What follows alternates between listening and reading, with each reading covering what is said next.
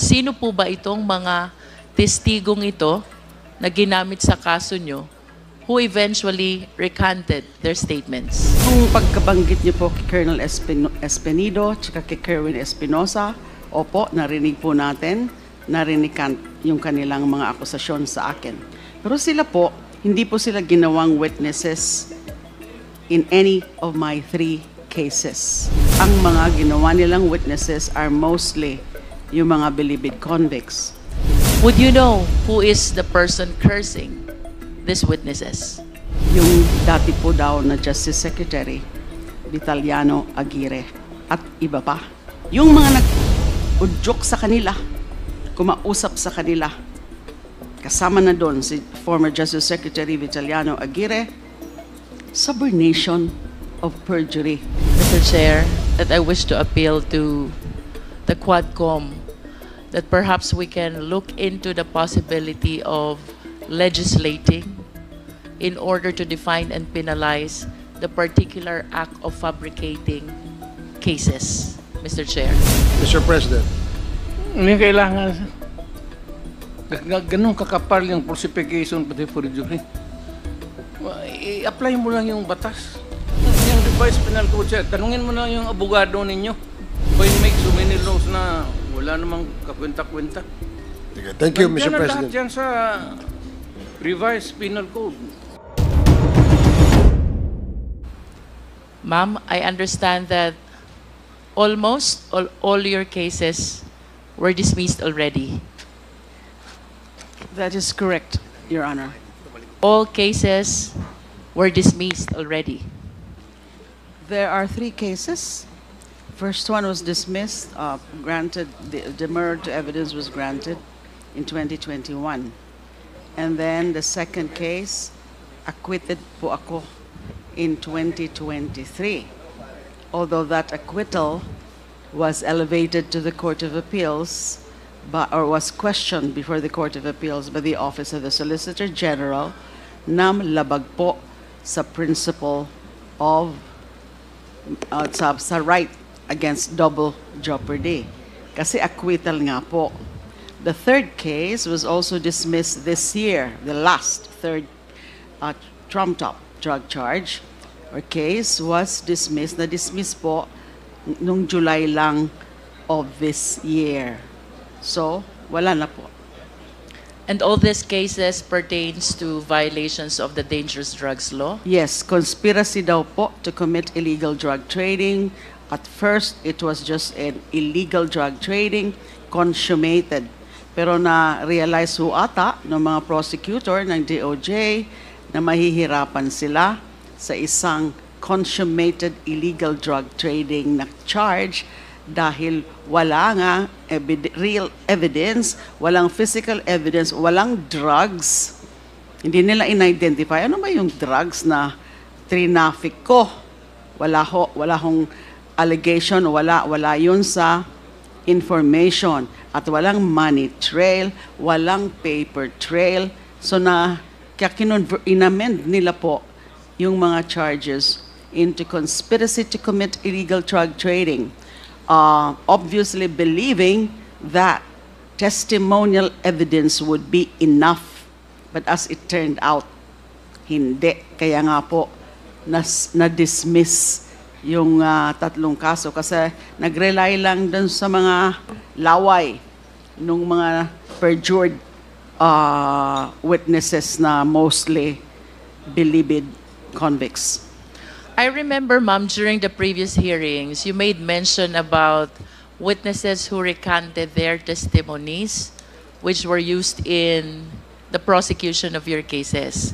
And if I may add, that includes now Colonel Espenido, who in one of our hearings likewise recanted his testimonies. Can you please enlighten us? Sino po ba itong mga testigong ito na ginamit sa kaso nyo who eventually recanted their statements? Yes, Your Honor. Yung pagkabanggit niyo po kay Colonel Espenido at kay Kerwin Espinosa, opo, narinig po natin, narinig yung kanilang mga akusasyon sa akin. Pero sila po, hindi po sila ginawang witnesses in any of my 3 cases. Dun sa mga 3 cases, ang mga ginawa nilang witnesses are mostly yung mga bilibid convicts.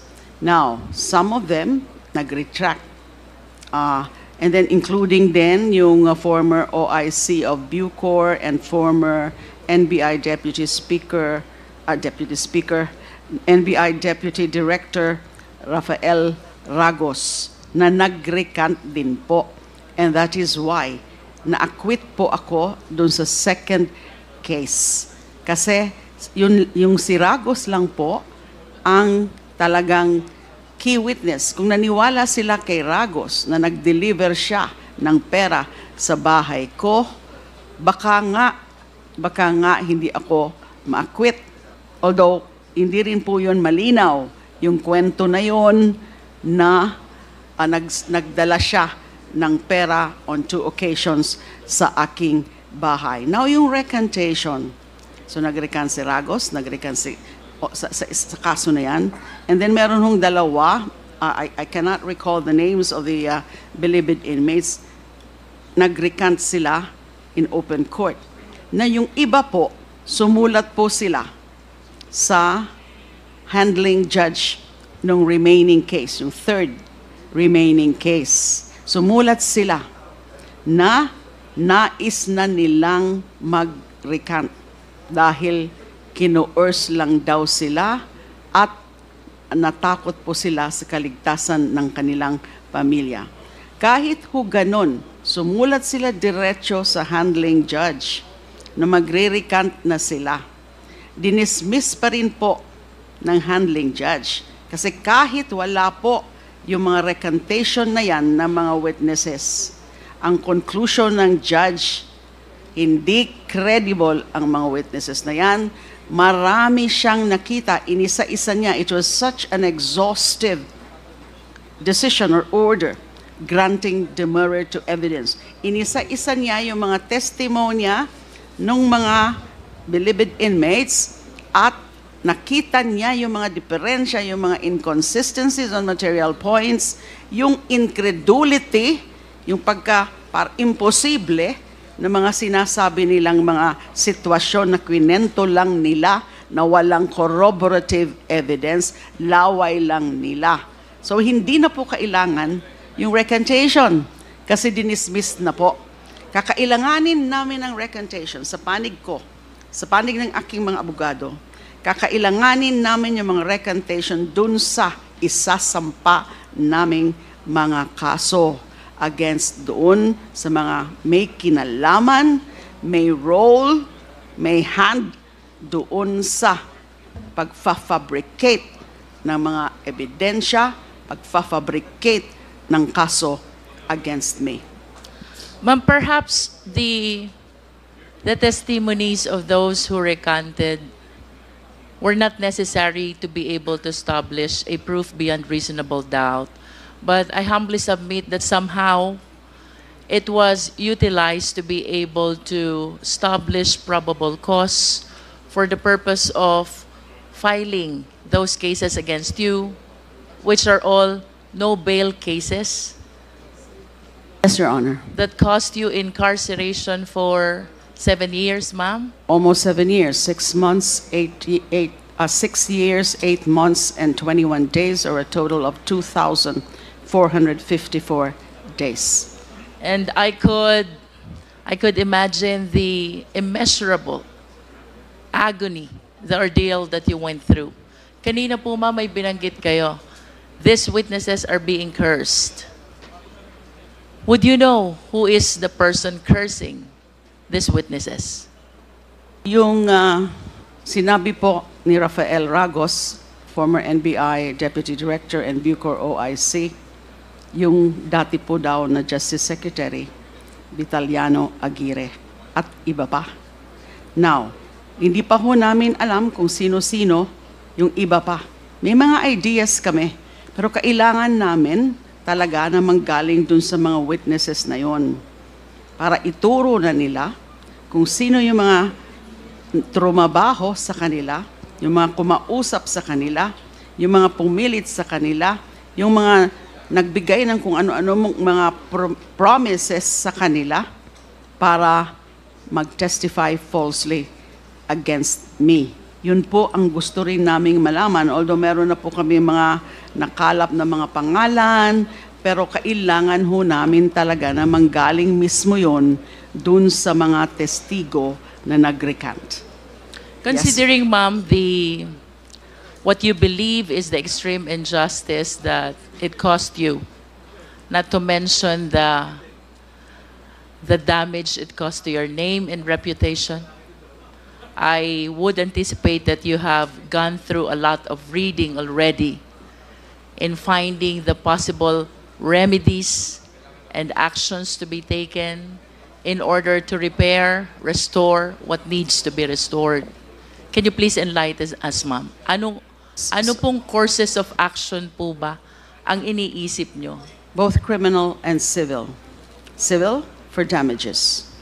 You know, a lot of damages have been caused on my person and on my honor, on my reputation. It's in fact not capable of pecuniary estimation. Whether there's got to be an amount. Although hindi naman po talaga ako interesado sa pera, pero kung isa yan sa paraan para talaga lalo akong ma-vindicate, magpa-file po kami ng civil case for damages. Sa criminal cases naman, yung iba pong mga iniisip namin ay yung subornation of perjury. Dahil pinilit sila. Sinungaling nila under oath. So these witnesses, or these believed witnesses, they perjured. So they could be liable for perjury. And yung mga nag-udyok sa kanila, kumausap sa kanila, kasama na doon si former Justice Secretary Vitaliano Aguirre, subornation of perjury. Malinaw po para sa amin. And then illegal machinations, grave coercion.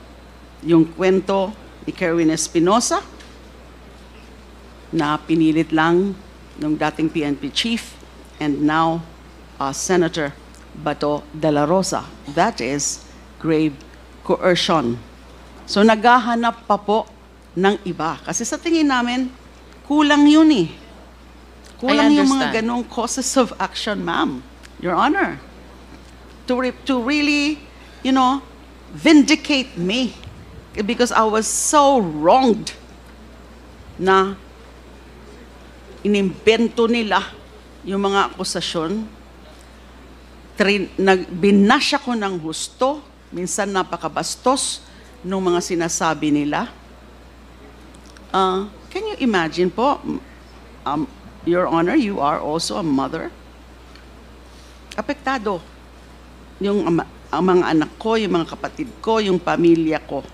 Buti na lang yung aking ina, ailing mother, bedridden already, and now 92 years old, hindi niya po nalaman kung ano ang nangyari sa akin. Kasi yun po ang gusto ng aking mga kapatid. Huwag na lang natin sasabihin sa mami dahil nga baka lumala yung kanyang kondisyon. You know, the mental anxiety, the anguish, the agony that a mother would feel knowing that her eldest daughter is in jail. So ganun po. Ang hirap sabi ko nga mag-research kayo ng mga foreign jurisprudence. Baka pwedeng meron pa tayong makita. Mas malakas. Kasi syempre sa atin, a crime is only a crime if the law says so. So limited yung choices mo. Dapat mapunta dun sa elements ng isang charge, ng isang krimen. Pero nakukulangan pa po ako. Hindi pwedeng ganyan lang. Subornation of perjury, grave coercion, incriminating one's honor. Meron pa sigurong mas matindi na tunay, nakakatawan, na marirepresent, makikita kung gaano katindi yung ginawa nila sa akin. Yun po so far ang pwede kong sabihin. Thank you, Your Honor. And it is on this slide, Mr. Chair, that I wish to appeal to the Quadcom that perhaps we can look into the possibility of legislating in order to define and penalize the particular act of fabricating cases, Mr. Chair. Because with the narration of facts shared to us by Senator De Lima, indeed, the agony, the ordeal, the damage is immeasurable, and I conform to her position that the courses of action that she is considering to file are indeed insufficient and not commensurate to what she went through already. So I hope that the Quadcom can consider as well looking into the possibility of defining and penalizing the crime of fabrication of cases. Thank you, Mr. Chair. Thank you, Congresswoman. Mr. Chair. Thank you, Congresswoman Luistro. Yes, we will consider that. In fact, we already asked the Secretariat earlier to conduct research on the said subject matter that you have just mentioned. Mr. Chair. So, yes, Mr. President. Hindi kailangan ganun kakapal yung falsification pati for jury. I-apply mo lang yung batas. We will No, also no, consider that, Mr. President. Yung revised penal code, sir, tanungin mo na yung abogado ninyo. Hindi na kailangan. Why make so many laws na wala namang kakwenta-kwenta? Okay, thank you, Mr. Nandiyan na lahat President. yan sa revised penal code. We will. Basahin lang ninyo, sir. Thank you. Maintindihan Salamat ninyo, po. I'm sure. Salamat po.